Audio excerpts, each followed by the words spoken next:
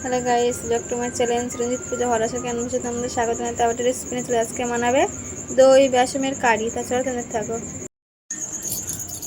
এখানে আমি দই নিয়ে নিয়েছি। দইয়ের আজকে দই বেসমের কারি বানাবো। তা দই বেসমের কারির জন্য আমি এটা দিয়ে বড়া বানিয়ে নেব। দিয়ে দিলাম বেসন, দিয়ে দিলাম হাফ বাটি বেসন দিয়ে দিয়েছি। আর এখানে আমি অল্প একটু বেসন নিয়ে নিয়েছি, দইয়ের সঙ্গে আমি ফাটিয়ে নেব। এখানে আমি দু জায়গায় তাহলে অল্প অল্প করে বেসন নিয়ে নিলাম। হ্যাঁ, দুটোই দই, এটাতে বড়া হবে, এটাতে কারি হবে। আমি যেটাতে বড়া বানাবো তার মধ্যে দিয়ে দিলাম আদা কুচি, পেঁয়াজ কুচি। আমরা সরিয়ে দিচ্ছি, এটা ভালো করে মেখে নেব। আমরা এটা জল দেব না, বেসনই আমাদের মাখা হয়ে গেল। তবে এখানে আমরা একটু নুন অ্যাড করব, একটু গোলমরিচ দেব। তো এখানে আমি গোলমরিচের গুঁড়ো দিয়ে দিলাম, স্বাদ মতন নুন দিয়ে দিলাম। তো মেখে নেব। তো কড়াতে আমি তেল দিয়ে দিলাম। ছোট্ট ছোট করে আমরা বড়া বানিয়ে নেব।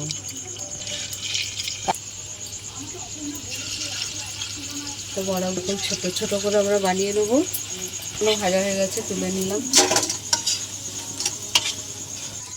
একে একে বড়াগুলো আরও এগুলো আছে ভেজে নেব। ভাজা হয়ে গেছে, তুলে নিলাম। এখানে দুটো শুকনো লঙ্কা দিয়ে দিলাম। এখানে আমরা নিচ্ছি কারি পাতা, তা আমি এখানে সর্ষে দিয়ে দিলাম, কারি পাতা দিয়ে দিলাম।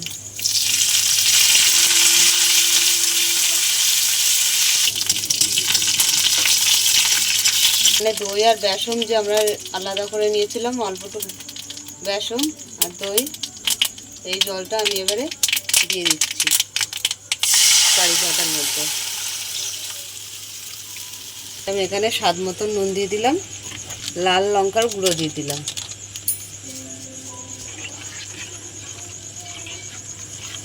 এটা ভালো করে করে নাড়তে হবে সবসময়, তাহলে বেসন দেওয়া আছে তো ডালা পাকিয়ে যেতে পারে, তার জন্য ভালো করে নাড়তে হবে।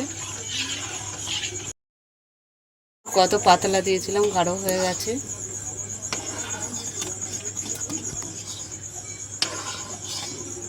এগুলো সবসময় নাড়তে হবে। তা আমাদের ফুটে উঠেছে কারিটা। তা এখানে আমি গোলমরিচের গুঁড়ো দিয়ে দিলাম।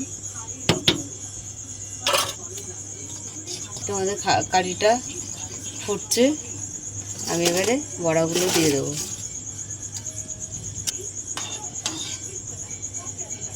কারিটা হয়ে গেছে, আমরা নামিয়ে নিচ্ছি।